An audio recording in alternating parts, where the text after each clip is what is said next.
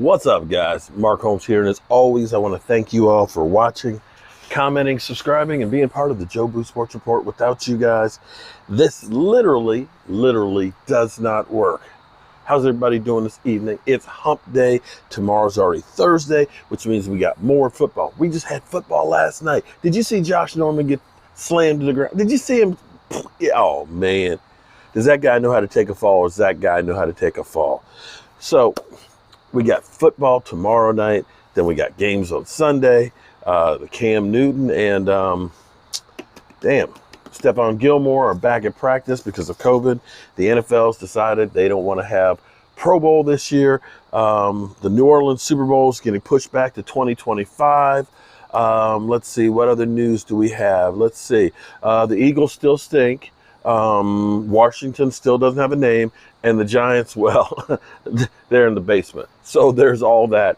And the Dallas Cowboys, well, hey, let me pull a Philly 500. We're in first place. Yeah, we lost our quarterback, but we're in first place, man. First freaking place.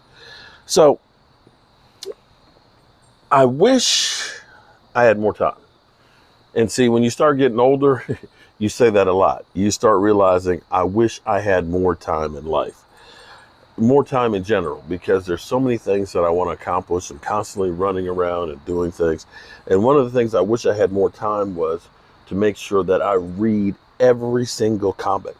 And I try, believe me. I mean, I'm cooking food, I'm kind of reading comments, I'm sitting here, having to do work on the computer, I'm reading comments, I'm uploading videos, I'm reading comments, I'm going to bed and, I'm watching TV and talking to the wife and I'm reading comments.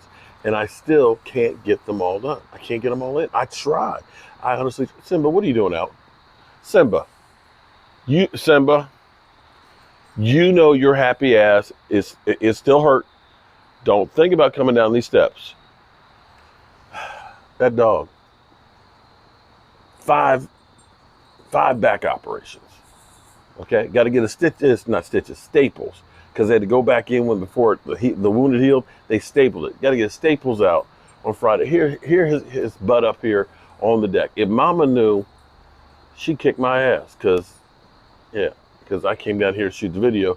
He's trying to follow along. So I got to make sure he doesn't come down the steps. So if you see me run off, it's because I'm running to stop the dog so I can save my own hide here. So anyway, I was reading some of the comments not too long ago.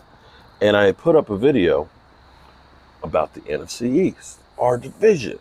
And I took clips of Philly 500, Cop Pizzle, Skins Fan All Day, their reaction to their team stinking and losing.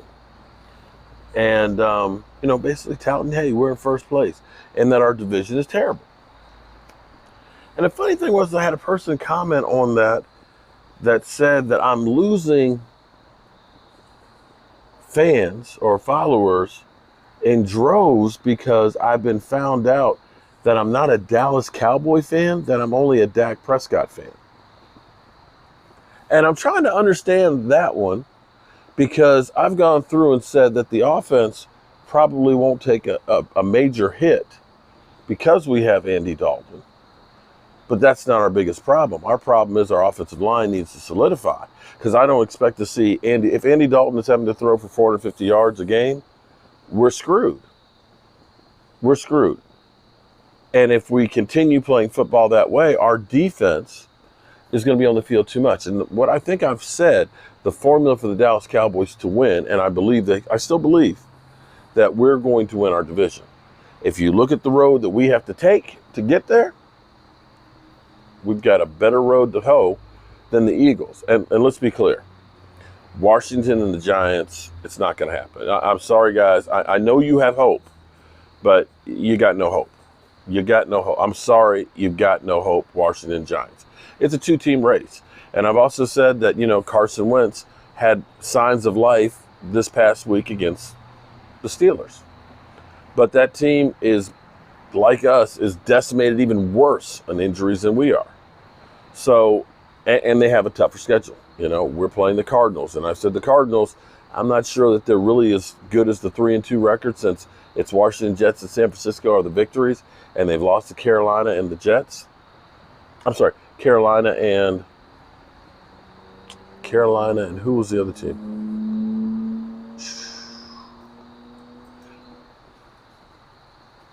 Can't remember who the other team was. Carolina and somebody, but it wasn't a good team. It was not a good team. So I've said, we got a good shot on that one. I said we got a great shot against the Washington team. I think we got a great shot against the Eagles. We do that. We've almost, if we win the next 3 games, we've just about sewn up the division. I mean, that's how bad the division is. So I'm trying to understand how somebody gets off saying that I've been found out that I'm only a Dak Prescott. Because see, if I was only a Dak Prescott fan, wouldn't that mean I'd be like rooting for another team now? Like maybe I'd be, let me go root for Seattle. I'm not rooting for anybody else. I still get up and have the same energy that I do. I guess because I've been down, I've been down. Anybody who watches me on a regular knows that I've been down because my ass has gotten to be 55 years old. You can't say I'm in my early 50s. I'm in my mid 50s. I'm smack dab in the middle of it. And that's kind of depressing as a black man whose life expectancy is 68. That means I only got 13 years left. And 13 years, 13 is an unlucky number. And here we are, 2020. So you might be a little depressed about that. It might be that we've been fighting a pandemic and we've lost over 215,000 people. And we've been locked up for 10 damn months, okay? Unable to go see my Dallas Cowboys in person. And then finally, the quarterback, after losing Lyle Collins, after losing Travis Frederick, after losing Joe Looney, after losing Tyron Smith, to then turn around and lose the quarterback, it's kind of like, it's hard to be talking about unicorns when you have all that doom and gloom. But here's the thing. I still have faith. And I've said this. A couple of things can happen. As I pointed out before, the Dallas Cowboys need to change what they're doing a bit. We got away from what made the Dallas Cowboys the Dallas Cowboys. We've never been the Air Coryell. Even with Troy Aikman. Troy Aikman had 23 touchdown passes, was the biggest year he had. Other than that, he never had more than 20. Only 1 year. Why?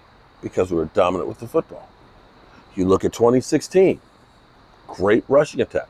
You look at 2014, DeMarco Murray led the league in rushing with the Dallas Cowboys record 1,800 plus yards. And if we do that, that helps out our defense. But here's where Andy Dalton can make history for the Dallas Cowboys. Because I was going through and looking at quarterbacks. Now understand, the Super Bowls that the Cowboys have won have all been with guys that they've drafted.